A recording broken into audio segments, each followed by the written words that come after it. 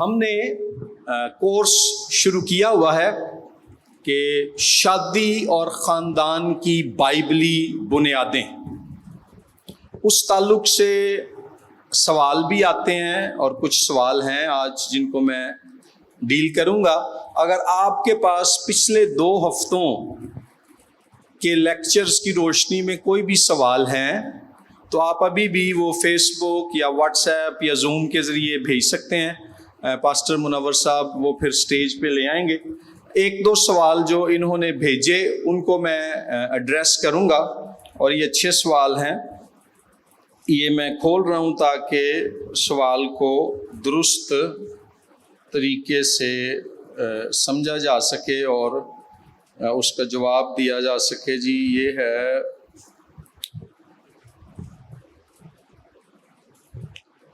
ہاں جی، یہ بڑا ہی فطری اور اہم سوال ہے۔ کسی نے پوچھا کہ جی اگر آدم اور حوا کو باغ عدن میں ان کے گناہ کی وجہ سے سزائیں دی گئیں اور پھر خداوند یسوع مسیح آئے اور انہوں نے صلیب پر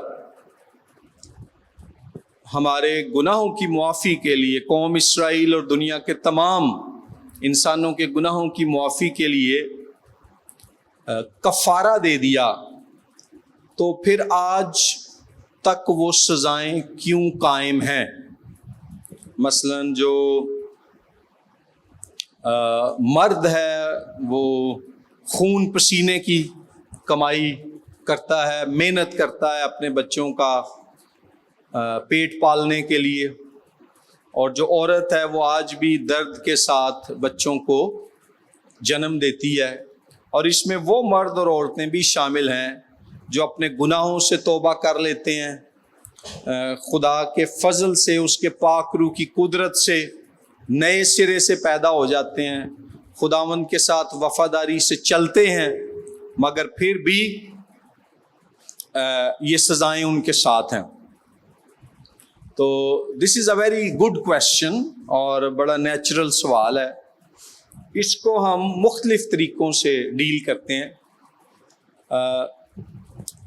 پہلا یہ ہے کہ خداوند یسوع مسیح کی موت اور جی اٹھنے پر ایمان لانے کے بعد ہم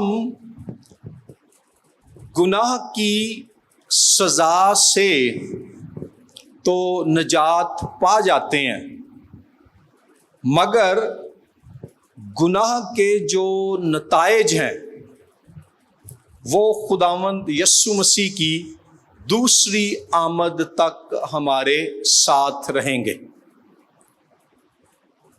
میں ایک مثال کے ساتھ آپ کو یہ بات سمجھانے کی کوشش کرتا ہوں۔ ایک بچہ تھا اور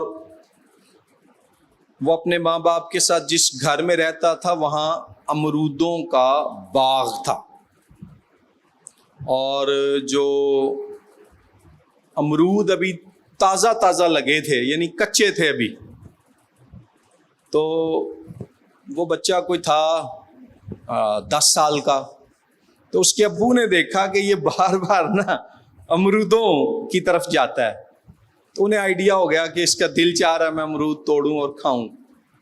تو انہوں نے اس کو سختی سے منع کیا کہ تم نے امرود نہیں توڑنے اور نہ ہی کھانے ہیں، ابھی وقت نہیں آیا، مناسب وقت، موزوں وقت نہیں آیا۔ تو ابو کام پر چلے گئے اور امی بھی اندر کاموں میں مصروف تھیں، تو اس منع کو چانس مل گیا اور اس کو تھا کہ اتنے زیادہ امرود ہیں، کچھ امرود میں توڑ کے کھا لوں گا تو کیا پتہ چلے گا۔ تو وہ گیا اور اس نے امرود جو ہیں وہ توڑ کے تو کھانا شروع کر دیے۔ بچہ تھا، لڑکا تھا، وہ اب امرود کھائی جا رہا ہے، لیکن وہ امرود کچے ہیں۔ جب اس کا پیٹ بھر گیا تو وہ خاموشی سے آ کے تو جو ہے نا وہ بس کسی کو نہیں پتہ چلا۔ شام کو جب اس کے ابو گھر آئے اور اس کی امی نے کھانا وغیرہ بنایا. اب دو گھنٹے جب گزر گئے نا, اب کچے امرودوں نے اس کے پیٹ میں اثر تو دکھانا تھا نا, تو اب اس کے پیٹ میں نا بہت زیادہ درد ہونا شروع ہو گیا. تو وہ اتنا ہوا کہ پھر اس سے رہا نہ گیا, تو اس نے رونا شروع کر دیا کہ میرے پیٹ میں بہت درد ہو رہا ہے, میرے پیٹ میں بہت درد ہو رہا ہے. تو اس کے امی ابو کو سمجھ نہ آیا بھی ایک دم سے اس کو کیوں پیٹ میں درد ہو رہا ہے. پھر ایک دم سے اس کے ابو کو خیال آیا, او ہو اس نے کہیں کچے امرود تو نہیں کھائے. تو انہوں نے اس سے پوچھا کہ ہم نے تمہیں منع کیا تھا کہ تم نے امرود نہیں کھانے, تو کہیں تم نے امرود تو نہیں کھائے. تو اس نے روتے ہوئے کہا ہاں میں نے کھائے ہیں. اور پھر اس نے ان سے معافی مانگی, توبہ بھی کر لی, پاپا ماما مجھے معاف کر دیں, میں نے آپ کی بات نہیں مانی. اور تو اب وہ ماں باپ تھے, ظاہری بات ہے انہوں نے اس کو گلے لگایا, معاف کر دیا اور سمجھایا کہ آئندہ یہ کام نہیں کرنا. انہوں نے اس کو کوئی سزا نہیں دی, لیکن وہ اب اس کو 100 دفعہ بھی معاف کر دیں, اس کی ماں اس کا باپ اس کو جتنا مرضی گلے لگائیں, کچے امرود کھانے سے پیٹ میں جو درد ہونی تھی وہ تو ہوگی, ٹھیک ہے نا. اس کی امی اس کا منہ بھی چومے گی تو منہ چومنے سے منے کے پیٹ کی درد تو ختم نہیں نہ ہوگی. پوائنٹ کیا ہے اس میں کہ ماں باپ نے گناہ کی جو سزا ہے وہ معاف کر دی ہے, لیکن مننے کے ساتھ اس گناہ کا جو نتیجہ ہے وہ اس کو فیس کرنا پڑ رہا ہے. So penalty of sin was forgiven to him, but the consequence of sin stayed with him. گناہ کی سزا سے اس کو چھوٹ دے دی گئی, مگر گناہ کا نتیجہ اس کے ساتھ رہا. ایسے ہی آدم اور حوا اور اس کے بعد دنیا میں جتنے بھی انسان ہیں آئے ہیں, خداوند یسوع مسیح نے جب صلیب پر کفارہ دے کر گناہ کی سزا سے چھوٹنے کا جو انتظام کیا, جب لوگ خداوند یسوع مسیح پر ایمان لاتے ہیں, توبہ کر لیتے ہیں, تو مسیح کے کفارے کی برکت جو ہے اور مسیح کی راست بازی خدا توبہ کرنے والے ایماندار سے منسوب کر دیتا ہے, اور وہ مرد اور عورت اب گناہ کی سزا کے نیچے نہیں ہے. لیکن نہ تو اس دنیا میں وہ خدا کے غضب کے نیچے ہیں, اس کی عدالت کے نیچے ہیں, بلکہ خدا سے ان کی صلح ہو گئی ہے, اور نہ ہی آنے والے جہان میں وہ جہنم کی سزا پائیں گے. سو خدا نے انہیں گناہ کی سزا سے نجات دے دی ہے, لیکن گناہ کا نتیجہ ان کے ساتھ رہے گا جب تک خداوند یسوع مسیح کی دوسری آمد نہ ہو لے. سو نجات پانے کے بعد بھی آج جب ہم ان تجربات میں سے گزرتے ہیں جو آدم اور حوا کو فیس کرنے پڑے باغ عدن میں گناہ کرنے کے بعد, تو وہ وجہ یہ ہے کہ یہ گناہ کے نتائج ہیں. ہم سزا سے آزاد کر دیے گئے ہیں, لیکن نتائج ہمارے ساتھ ہیں. سو ایک یہ بات ذہن میں رکھیں. دوسری بات یہ کہ نئے عہد نامے کو پڑھتے ہوئے ہم نے ایک اصول ہے جس کو یاد رکھنا ہے, آپ اس کو لکھ بھی لیں, وہ ہے already but not yet. آغاز تو ہو چکا مگر تکمیل ابھی تک نہیں ہوئی. میں دوبارہ بولتا ہوں, آلریڈی بٹ ناٹ یٹ. آغاز تو ہو چکا مگر تکمیل ابھی تک نہیں ہوئی. اس کا کیا مطلب ہے؟ اس کا مطلب یہ ہے کہ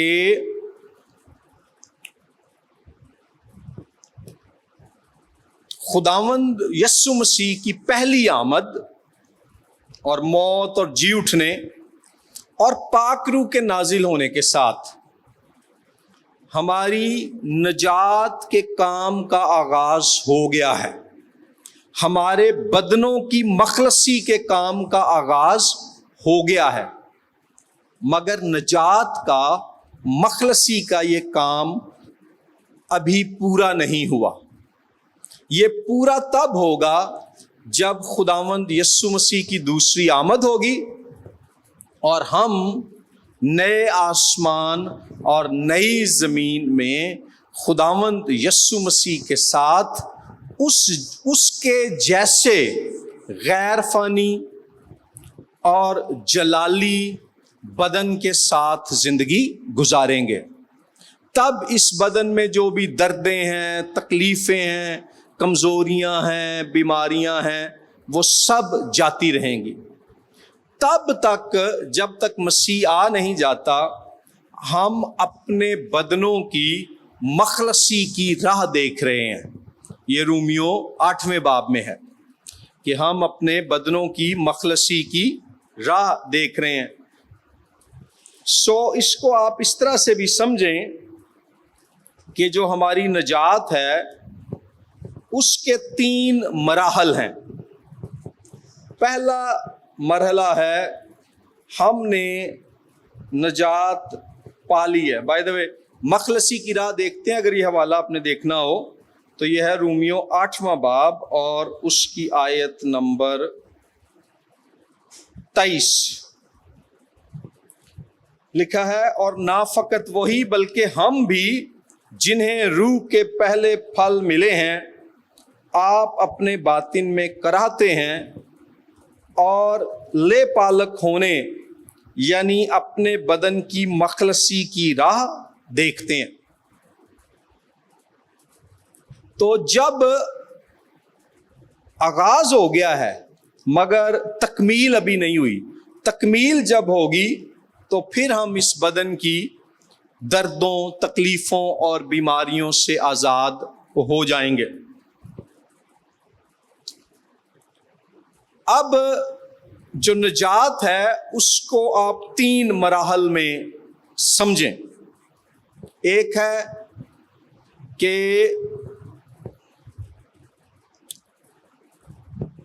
ہم نے نجات پا لی ہے, اس کو ہم کہتے ہیں جسٹیفیکیشن, راست باز ٹھہرایا جانا. خدا نے ہمارے گناہ معاف کر کے ہمیں اپنے فضل سے مسیح کے کفارے کی بدولت مفت راست باز ٹھہرا دیا ہے. جسٹیفیکیشن, راست باز ٹھہرایا جانا. ہم نے نجات پا لی ہے. جسٹیفیکیشن, گناہ کی سزا سے نجات. Salvation from the penalty of sin, گناہ کی سزا سے نجات. دوسرا مرحلہ ہے اس میں نجات کا, ہم گناہ سے نجات پا رہے ہیں. ہم نے نجات پا لی ہے, ہم نجات پا رہے ہیں. اس کو کہا جاتا ہے سینکٹیفیکیشن, پاک کیا جانا, مقدس کیا جانا. یہ کیا ہے؟ خدا اپنے کلام, اپنے پاک کلام, اپنے پاک روح اور خداوند یسوع مسیح کے پاک کفارے کے وسیلے سے ہمیں پاک کرتا جاتا ہے. ہم سے جو گناہ یا غلطیاں ہوتی ہیں جب ہم ان کا اقرار کرتے ہیں وہ خدا ہمیں معاف کر دیتا ہے اور ہماری سینکٹیفیکیشن ہوتی ہے. اس کو کہتے ہیں ہم نجات پا رہے ہیں. Salvation, we are being saved. اور اس کو ہم کہتے ہیں salvation from the power of sin. Penalty of sin, گناہ کی سزا سے ہمیں نجات مل گئی ہے. پاور آف سن، جو گناہ کی طاقت ہے، اس سے ہم نجات پا رہے ہیں. نمبر 3 ہے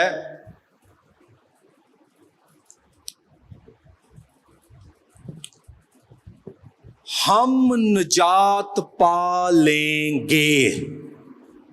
ہم نجات پا لیں گے.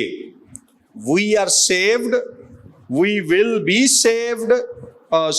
We are saved, we are being saved, we will be saved.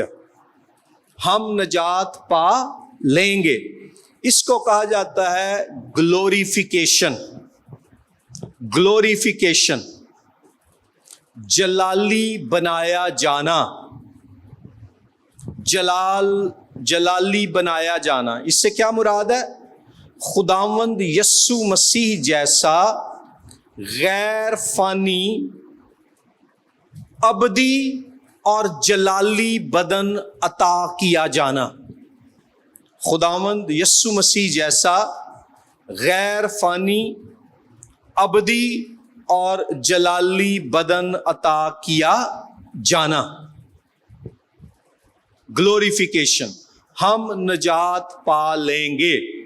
اور اس کو کہتے ہیں salvation from the presence of sin. گناہ کی موجودگی سے نجات. اس دنیا میں رہتے ہوئے نمبر 1 خدا نے ہمیں پینلٹی آف سن، گناہ کی سزا سے نجات دی. جسٹیفیکیشن، راست باز ٹھہرایا جانا، ہم نے نجات پا لی ہے. پھر نمبر 2 خدا ہمیں پاور آف سن سے نجات دے رہا ہے. خدا ہمیں گناہ کی طاقت سے ہر روز نجات دے رہا ہے. سینکٹیفیکیشن، پاک کیا جانا، مقدس ٹھہرایا جانا، خدا کے پاک کلام، خدا کے پاک روح اور خداوند یسوع کے پاک کفارے کے وسیلے سے. اور تیسرا ہے salvation from the presence of sin. جب خدا گناہ کی موجودگی سے بھی ہمیں نجات دے دے گا، جب ہم گلوریفیکیشن میں داخل انٹر ہو جائیں گے، جب ہم جلالی بنائے جائیں گے، جب ہم خدا کے جلال میں شریک ہو جائیں گے، اور جو ہے اسے کہتے ہیں کہ ہم نجات پا لیں گے. ابھی جب ہمارے بدن بیماری کا شکار ہوتے ہیں، جب ایک مسیحی باپ کو بھی خون پسینے کی کمائی کرنا پڑتی ہے، ایک ایماندار عورت بھی درد زہ کا تجربہ کرتی ہے جب وہ اپنے بچے کو جنم دیتی ہے، تو اس کی وجہ یہ ہے کہ ابھی ہم گلوریفیکیشن میں داخل نہیں ہوئے، ابھی ہم جلالی نہیں بنائے گئے، ابھی ہمیں خداوند یسوع مسیح کے بدن کی مانند غیر فانی، ابدی اور جلالی بدن نہیں دیا گیا. ابھی ہم آلریڈی نجات پالی ہے بٹ ناٹ یٹ، اس نجات کی تکمیل نہیں ہوئی. تو یہ جو ہے اپنا اس سوال کا جواب ہے. اس کو اس طرح سے بھی دیکھیں، ہم نے نجات پا لی ہے، خدا نے ہمیں گناہ کی سزا سے نجات دے دی ہے. سلویشن از این ایونٹ، نجات ایک واقعہ ہے. ہم گناہ کی طاقت سے، پاور سے نجات پا رہے ہیں. سینکٹیفیکیشن، نجات ایک عمل ہے. Salvation is a process. اور ہم نجات پا لیں گے جب ہم گناہ کی پریزنس سے، گناہ کی موجودگی سے بھی چھوٹ جائیں گے, گلوریفیکیشن, تو کیا ہے؟ سلویشن از آور ڈیسٹنی, گناہ ہماری منزل ہے. سو گناہ sorry I am sorry not گناہ, اس کو کاٹ دیجئے گا, نجات ہماری منزل ہے. سو نجات ایک واقعہ ہے, نجات ایک عمل ہے, اور نجات ایماندار کی منزل ہے. میری بات سمجھ رہے ہیں؟ دوسرا سوال کسی نے کہا ہے کہ ایک جسمانی قسم کا سوال ہے. یہ ہیں پاسٹر سہیل جان. میرا خیال ہے جسمانی سے ان کی مراد ہے عملی سوال ہے کہ اگر لڑکی پڑھی لکھی ہے, اس نے بالفرض ماسٹرز کیا ہوا ہے, لڑکا پڑھا لکھا نہیں ہے مگر اس نے کاروبار سیکھا ہوا ہے, تو ایسی صورت میں جب لڑکا پڑھا لکھا نہیں ہے اور لڑکی پڑھی لکھی ہے, تو جو ہے قیادت جو ہے خاندان کی, لڑکا کیسے کر سکے گا اگر ان دونوں کی شادی ہو جاتی ہے؟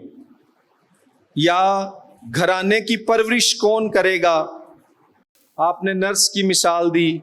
اگر لڑکا پڑھا لکھا نہیں ہے, اور اگر پڑھا لکھا ہے بھی تو کاروبار یا کام نہیں ہے, اور لڑکی جو ہے گھر کا سسٹم چلا رہی ہے. اس کے 2-3 پہلو ہیں. پہلا پہلو یہ ہے کہ اگر لڑکا پڑھا لکھا ہے یا اس کے پاس کاروبار کی ٹریننگ ہے مگر فی الوقت اس کے پاس ملازمت یا کاروبار نہیں ہے, اور اس کی بیوی جاب کر کے گھر کا سسٹم چلا رہی ہے, تو او ٹلا ہو کے کار بیٹھا نہ رہے. ٹھیک ہے, وہ نہ سمجھے کہ میرا تو کم تو چل پیا, میرا کم تر پیا. نہیں, وہ ذمہ داری سے سرگرم ہو کر کام کی, روزگار کی تلاش کرے. پہلی بات. دوسری بات اس میں یہ ہے کہ اس میں کوئی برائی نہیں ہے کہ اگر بیوی زیادہ پڑھی لکھی ہے یا وہ پیسے زیادہ کما رہی ہے, اس میں شوہر اور بیوی نے مل کر اپنے گھر کے سسٹم کو چلانے کے لیے فیصلے کرنے ہیں. مثلا میں لاہور ہی کی ایک مثال دیتا ہوں. ایک جوڑے کی مثال ہے کہ ہسبینڈ بھی جاب کر رہا تھا اور وائف بھی جاب کر رہی تھی. پھر ان کے بچے پیدا ہو گئے اور وہ کسی اور شہر سے تھے, تو ان کی کوئی بھی فیملی میں نہیں تھا, کوئی دادی یا نانی یا ناند ہے نا, کوئی بھی بچوں کو سنبھالے. تو یہاں وہ لاہور میں کرائے پہ رہ رہے تھے. اب شوہر کی تنخواہ تھی 35,000, بیوی کی تنخواہ تھی 60,000, نرس تھی. ٹھیک ہو گیا. تو اب انہوں نے, وہ رہتے بھی کرائے پہ تھے, تو ایک نے جاب چھوڑنی تھی. اب اگر بیوی جاب چھوڑتی ہے تو کرایہ دینا اور گھر کا سسٹم نہیں چلے گا. تو انہوں نے اتفاق رائے سے فیصلہ کیا کہ ہسبینڈ جاب چھوڑے گا اور بیوی جاب کرے گی, اور وہ پیچھے دن کے وقت یا اکارڈنگ ٹو دا نیڈ بچے کو سنبھالنے میں مدد کرے گا. اب میں اس کو برا یا غلط نہیں کہتا. انہوں نے اس بنا پہ فیصلہ نہیں کیا کہ دوسرے کیا کہیں گے. انہوں نے اس بنیاد پر فیصلہ کیا کہ ہمارے خاندان کے لیے کیا بہتر ہے.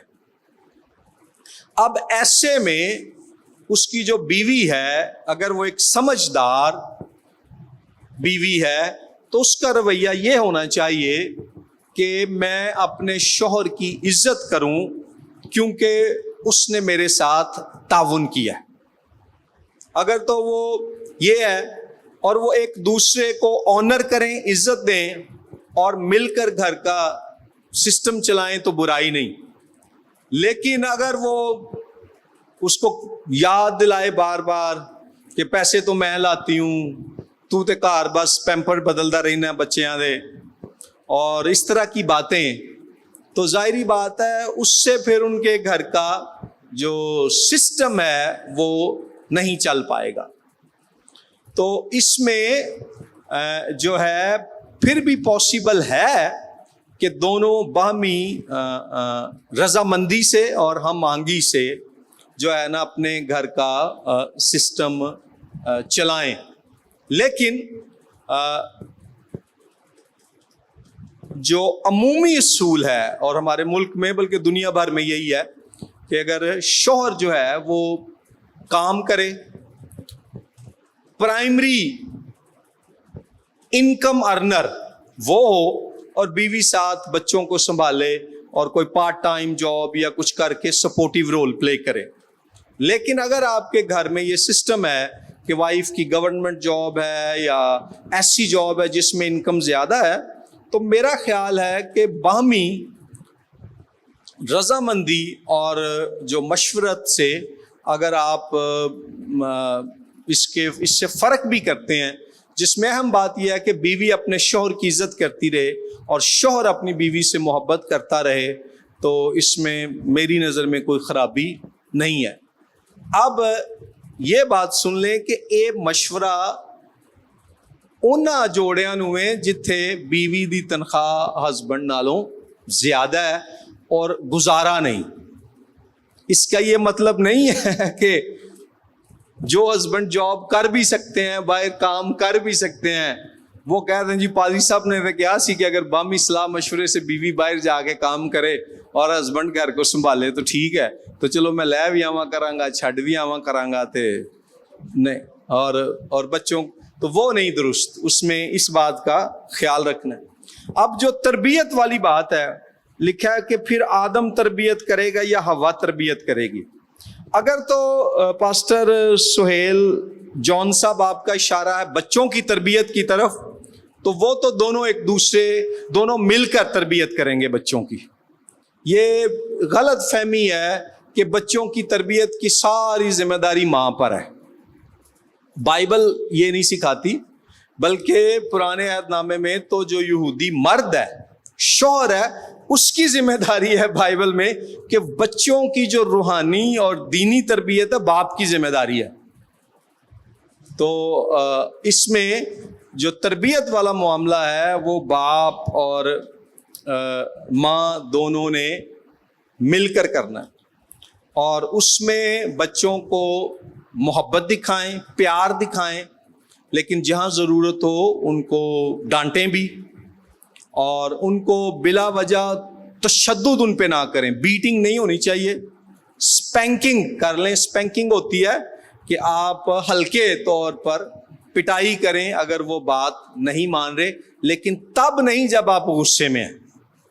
جب آپ کا غصہ اتر گیا پھر بچے کو سائڈ پر لے کر جائیں اور اسے پہلے بتائیں کہ میں آپ سے پیار کرتی ہوں, میں آپ سے پیار کرتا ہوں, لیکن آپ کو یہ بات کہی گئی تھی آپ نے نہیں مانی, تو اب جو ہے آپ کی پٹائی ہوگی, اور اس لیے ہوگی تاکہ یہ بری عادتیں آپ کو نہ پڑیں. اس کے بعد وہ بچہ یا بچی روئے, اس کو گلے لگائیں اور اس کو کہیں کہ ہم آپ سے پیار کرتے ہیں. اس میں بھی عام طور پر بچوں کی پیٹھ پر ان کی پٹائی کریں, کمر پر, منہ پر, ان حصوں پر نہیں, کیونکہ اس میں چوٹ کے نشانات کے اور انسلٹ کے احساسات زیادہ ہوتے ہیں. اور میں پہلے جو تھا, میرے بچے جب بہت زیادہ تنگ کریں تو ہاتھ سے جو ہے نا میں ان کی پیٹھ پر تھپڑ مارتا تھا, لیکن میں نے دیکھا کہ وہ اثر نہیں ہوتا. میں نے اب پلاسٹک کی جوتی رکھی ہوئی ہے, اس کا فائدہ یہ ہے کہ وہ جوتی لگانی نہیں پڑتی. جب میں پکڑتا ہوں نا تو وہ ٹھیک ہو جاتے ہیں, معافی بھی مانگ لیں گے, یہ وہ کچھ بھی کر لیں گے. تو کل اپنے بچوں میں سے ایک کو میں نے اردو کا ہوم ورک کروانا تھا, تو باقی سارا کام وہ بڑی جلدی کر لیتے ہیں, اردو پہ آ کے اٹک جاتے ہیں, تو وہ بڑا ہی تنگ کر رہے تھے. تو پھر میں نے جوتی ہاتھ میں پکڑی, جوتا مارنا نہیں پڑا لگا, اور مارنا نہیں ہے ایسے جوتے سے, اور مناسب پٹائی, لیکن وہ مجھے کرنی نہیں پڑی. وہ کہتے ہیں نا کہ جیسے کہتے ہیں نا نام ہی کافی ہے, اس میں ہے کہ دکھاوا ہی کافی ہے. تو اور غصے کی حالت میں نہیں, غصے میں وہ پھر نہیں ٹھیک. بچے کو پتہ چلے کہ میری اس میں تربیت ہو رہی ہے. تو اس میں تربیت جو ہے ماں اور باپ دونوں کی ذمہ داری ہے. اچھا اگر آپ سہیل جان صاحب اگر آپ یہ پوچھ رہے ہیں کہ آدم حوا کی تربیت کرے گا یا حوا آدم کی تربیت کرے گی, تو یہ تو دونوں ایک دوسرے کی تربیت کرتے ہیں, اور ڈپینڈ کرتا ہے تربیت آپ کن معنوں میں کہہ رہے ہیں. وہ جو ہے دیکھیں بیوی جو ہے نا وہ شوہر کی اسٹوڈنٹ نہیں ہے. شوہر جو ہے اس نے لیڈ کرنا ہے, لیکن اسٹوڈنٹ میں ہوتا ہے کہ ایک ٹیچر ہے اور ٹیچر نے اسٹوڈنٹ کو سکھانا ہے. بیوی اگر ہیلپر ہے اور شوہر لیڈر ہے تو بطور ہیلپر بیوی کے بھی اپنے خیالات ہیں, اپنی خواہشات ہیں, اپنی رائے ہے, اور شوہر کی یہ ذمہ داری ہے کہ وہ اپنی بیوی کی بات سنے, اور جو شوہر سنتا ہے وہ سمجھدار ہوتا ہے. انگلش میں کہتے ہیں کہ ہیپی وائف ہیپی لائف. ٹھیک ہے جی, ہیپی وائف ہیپی لائف. اگر آپ کی بیوی گھر میں خوش ہے تو آپ کے گھر میں جو ہے سکون رہتا ہے. ادروائز آپ گھر سے کام سے واپس آئیں گے, بیوی خوش نہیں ہے تو غصہ ہے گھر میں, ایک ٹینشن کی فضا ہے. میں ایک دفعہ فیصل آباد ایک ولیمے میں کلام سنانے گیا. اب شادیوں پہ کلام سنانے کا جو ہے نا میں نے معاملہ ختم کر دیا, کیونکہ لوگ وہاں کلام سننے نہیں کھانا کھانے آئے ہوتے ہیں. تو اینی وے انہوں نے 1 بجے کا ٹائم دیا, 4 بجے وہ جناب انہوں نے وہ شروع کیا. تو مجھے کہتے ہیں آپ اتنی دور سے کلام سنائیں. میں نے کہا نہیں کلام نہیں سنانا, یہاں لوگ کلام سننے کے لیے تیار نہیں ہیں. میں نے کھڑے ہو کر پوچھا جی کس کس کو بھوک لگی ہوئی ہے, تو سب نے ہاتھ اوپر کیا. میں نے کہا جی میں آج آپ کو 1 لائن میسج سناؤں گا شادی کے بارے میں, اور وہ ہے ہیپی وائف ہیپی لائف. یہ میں نے کہا, پھر میں نے اس جوڑے کے لیے دعا کی, کھانے کے لیے دعا کی, اور لوگ کھانے پر ایسے ہی ٹوٹ پڑے جیسے دشمن پر ٹوٹ پڑتے ہیں. اس کے بعد کئی لوگ مجھ سے ملنے آئے. پاسٹر منور صاحب آپ حیران ہوں گے کہ ایک شخص نے بھی شکایت نہیں کی کہ کلام بہت چھوٹا تھا. ٹھیک ہے جی, ایک نے بھی نہیں کی.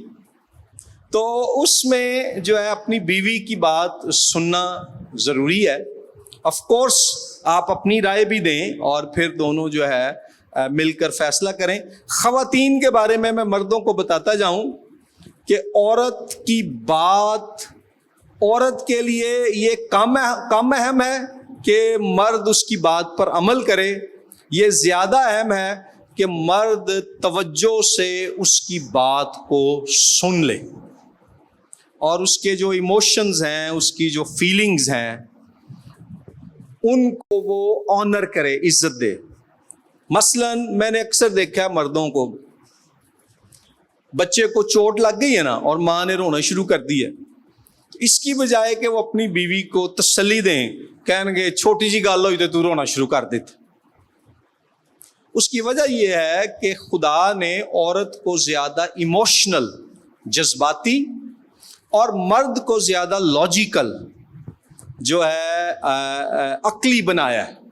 تو عورت کے جو جذبات ہیں وہ قیمتی ہیں. کئی دفعہ کوئی ایسی آپس میں کانفلکٹ ہو جائے اور بیوی رونے لگے یا اس کے آنسو بہن لے ہوں رونا شروع کرتا ہو, تو اس میں جو مرد اپنی بیوی کے آنسوؤں کا مذاق اڑانے کی بجائے ان کی عزت کرے گا اور اس میں وہ اس کو کہے گا میں تمہارے ساتھ ہوں, میں تمہارے آنسوؤں کی قدر کرتا ہوں, واقعی اس کو بہت زیادہ چوٹ لگی ہے لیکن میں تمہارے ساتھ ہوں, پریشان مت ہو. تو آپ دیکھیں گے وہ آنسو بھی رک جائیں گے اور وہ عورت بھی جو ہے محفوظ محسوس کرے گی. لیکن یہ انفارچونیٹ بات ہے کہ بہت سے مرد ایسا نہیں کرتے. وہ اپنی نظر سے عورت کو دیکھتے ہیں, عورت کو عورت کے جذبات کی نظر سے نہیں دیکھتے. اب دوسری جو تربیت کرتے ہیں میاں بیوی, وہ منفی تربیت ہے جس میں وہ ایک دوسرے سے لڑتے ہیں, ایون گالم گلوچ بھی کرتے ہیں اور پتہ نہیں کیا کیا. ایک میاں بیوی تھے, ان کا بہت جھگڑا ہوتا تھا. وہ ایک فلیٹ میں رہتے تھے, تو ساتھ ان کے دوسرا فلیٹ تھا. تو ساتھ والے گھر سے نا میاں بیوی کے ہنسنے کی آوازیں آتی رہتی تھی. تو ایک دن یہ کپل نا لڑ لڑ کے تنگ آ گیا. تو ایک ٹائم آتا ہے کہ انرجی آپ کی ختم ہو جاتی ہے. تو بیوی نے شوہر سے کہا, ہم لڑتے رہتے ہیں, ساتھ والے دیکھیں ہنستے رہتے ہیں, آپ اس کے شوہر سے ملیں اور پوچھیں کہ ان کے خوش ہونے کا, ہنسنے کا کیا راز ہے, تاکہ ہم بھی وہ باتیں اپنائیں.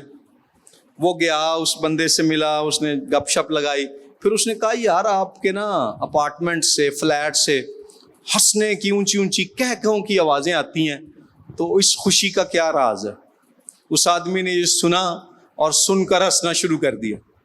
کہتا ہے, یار بڑی سادہ بات ہے, جب وہ مجھ پر جوتا پھینکتی ہے اور میں آگے سے ہٹ جاتا ہوں اور مجھے نہیں لگتا تو میں ہنستا ہوں. جب میں اس پر جوتا پھینکتا ہوں اور وہ آگے سے ہٹ جاتی ہے, اسے نہیں لگتا تو وہ ہنستی ہے. تو یہ والی جو تربیت ہے, یہ تربیت جو ہے یہ کوئی اتنی اچھی تربیت نہیں ہے.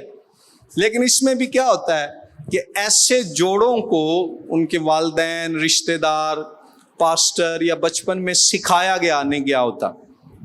لاسٹ بات ہے, اس کے ساتھ میں کلوز کروں گا. میاں بیوی میں جھگڑا جو ہے وہ ایک فطری بات ہے. جھگڑے سے مراد زیادہ یہ نہیں کہ کوئی دینگا مشتی, مطلب کنفلکٹ ہو جانا نا, رائے فرق ہو جانا. مجھے یاد ہے ایک جوڑے سے میں ملا, ان کے کافی جھگڑے تھے. ایک جھگڑا تھا جو سال میں 2 دفعہ ہوتا تھا. وہ تھا کہ ایسٹر اور کرسمس پر وہ کہتا تھا میرے, وہ دونوں اپنے ماں باپ سے دور کسی تیسرے شہر میں رہتے تھے, تو وہ کہتی تھی جی میرے طرف جانا ہے ایسٹر منانے, وہ دوسری.